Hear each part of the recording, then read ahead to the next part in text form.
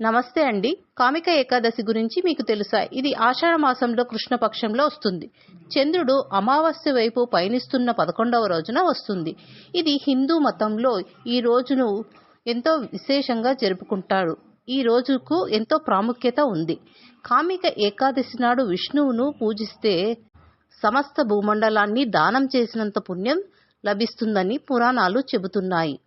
అసలు కామిక ఏకాదశి అని ఎందుకంటారు అంటే, మన మనసులో ఉన్న కోరికను తీర్చే ఏకాదశి గనుక కామిక ఏకాదశి అంటారు. ఈ రోజు ఎవరైతే ఆ శ్రీమన్నారాయణ భక్తి శ్రద్ధలతో పూజిస్తారో వారికి నెరవేరని కోరికంటూ ఉండదు. ఆ రోజు భక్తులు ఉపవాసంతో పాటు పారాయణం, కీర్తనలు, భజనలు మరియు జాగరణ చేస్తారు. ఉపవాసం సూర్యోదయం నుంచి ప్రారంభమై మరియు మరుసటి రోజు ద్వాదశి రోజున ఉపవాస విరమణ అనేది చేయాలి. ఈ ఏకాదశి రోజున తులసి ఆకు చాలా ముఖ్యమైనది.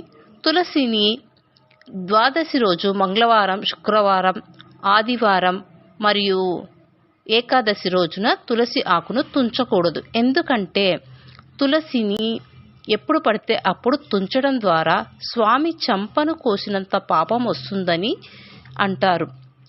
పూజలో తులసి అనేది చాలా ప్రధానమైనది. ఎందుకంటే స్వామికి చాలా ప్రీతిపాత్రం అయినది గనుక ఈ తులసి దళాలను పూజకు వాడతారు. శ్రీమన్నారాయణునికి ఒక్క తులసి దళంతోనైనా పూజ చేయడం వల్ల మనకు గత జన్మలో చేసిన పాపాలన్నీ తొలగుతాయని పురాణాలు చెబుతున్నాయి. ఈ కామిక ఏకాదశి ముందు రోజు దశమి వస్తుంది. ఆ రోజున శాకాహారం తీసుకోవాలి మరియు బ్రహ్మచర్యం పాటించాలి. ఈ ఏకాదశి రోజు అంతా ఉపవాసం, జాగరణ ఉండాలి. 2వ తారీఖు ద్వాదశి వస్తుంది గనుక మనం 21వ తారీఖే కామిక ఏకాదశి అనే పూజను చేసుకోవాలి. ఈ కామిక ఏకాదశి రోజున అందరి కోరికలు నెరవేరాలని కోరుకుంటూ ఓం నమో నారాయణాయ.